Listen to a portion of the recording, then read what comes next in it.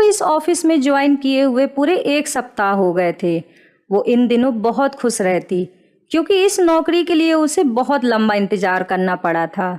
लेकिन आज ट्रैफिक के कारण उसे ऑफिस पहुंचने में बहुत देर हो गई थी। जैसे ही वो ऑफिस पहुंची, ऑफिस बॉय सुरेश उसके पास आया और बोला, संजना मैडम, आपको बॉस ने तुरंत अपने कैबिन में बुलाया है। मुझे? क्या बात है सुरेश? वो तो बॉस ही जाने। संजना को लग रहा था कि देर से आने के कारण बॉस उसे जरूर डांटेंगे। वो बॉस के केबिन में गई। बॉस उस समय कंप्यूटर पर कुछ देख रहे थे। सर, आपने मुझे बुलाया था? संजना, आज तुम्हें ऑफिस आने में देर हो गई। सर, वो आज ट्रैफिक बहुत था, इसलिए देर हो गई। आज के बाद कभी लेट नहीं आऊंगी। अरे संजना, तुम इतना घबरा क्यों रही हो? मैं तुम्हारा बॉस हूँ, तुम्हें काट नहीं लूंगा। Sorry sir. उस संजना की माँ 5 साल पहले ही गुजर गई थी। पिछले साल उसके पापा को लकवा मार गया था, इसलिए वह बेचारे बिस्तर पर ही रहते हैं। पहले वो काम करते थे तो घर का खर्चा आराम से चल जाता था, लेकिन अचानक से उनके बिस्तर पर पड़ जाने के कारण संजना को पढ़ाई छोड़कर काम शुरू करना पड़ा। संजना का एक छोटा भाई भी है, रोहित, जो 10वीं में पढ़ता है। यूं कहें कि पूरे घर की जिम्मेदारी संजना पर ही थी। एक दिन संजना को ऑफिस से निकलने में देर हो गई। रात काफी हो गई थी। तभी मलिक उसके पास आए और कहा कि संजना, आज तुम्हें बहुत देर हो गई है, चलो मैं तुम्हें ड्रॉप कर देता हूँ। अरे नहीं सर, मैं खुद चली जाऊंगी। देखो संजना, मैंने कहा ना कि मुझे बॉस मत समझो, मैं तुम्हारा फ्रेंड ही हूँ। अगर तुम्हारा फ्रेंड तुम्हें इस समय घर ड्रॉप करने की बात कहता तो क्या तुम उसे मना कर देती? उसके बाद तो हर दिन का नियम हो गया था।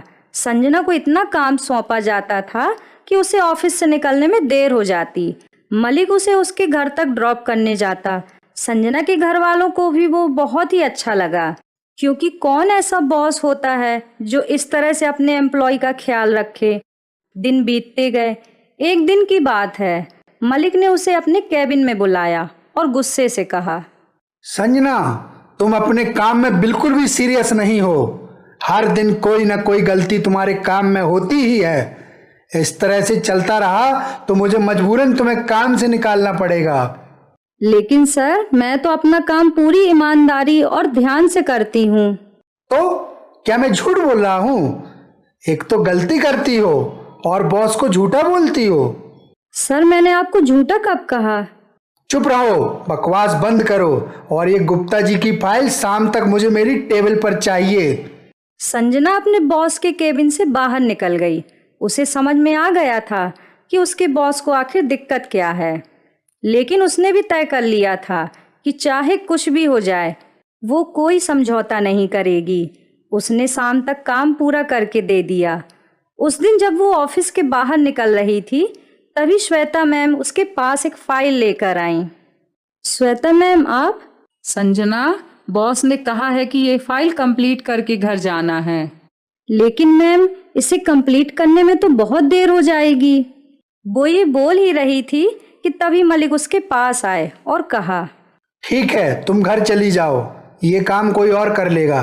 और हाँ, लेकिन कल से तुम्हें आने की जरूरत नहीं है। ये कहकर मलिक बाहर निकल गए। उसके जाने के बाद ना चाहते हुए भी संजना की आंखों में आंसू आ गए। श्वेता मैम अब भी वहीं खड़ी हुई थी। क्या हुआ संजना, तुम रो क्यों रही हो? कुछ नहीं मैम। मुझसे मत छिपाओ संजना, मैं जानती हूँ ये राक्षस तुम्हें भी अब टॉर्चर कर रहा है, जिस तरह मुझे किया करता था। टॉर्चर? उसके बाद श्वेता ने उसे अपनी कहानी सुनाई। उसने बताया कि उसके पति का बहुत बड़ा एक्सीडेंट हो गया था, जिसमें उनकी मौत हो गई।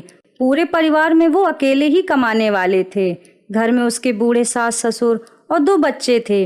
घर का खर्च चलाने के लिए उसे यहाँ नौकरी करनी पड़ी। अगले दिन जब संजना ऑफिस आई, उसकी करतूतों के बारे में लाइव टेलीकास्ट के माध्यम से सारे शहर को पता लग गया था। 10 सेकंड के अंदर पुलिस भी अंदर आ गई और उसे रंगे हाथों पकड़ लिया और उसे जेल में डाल दिया।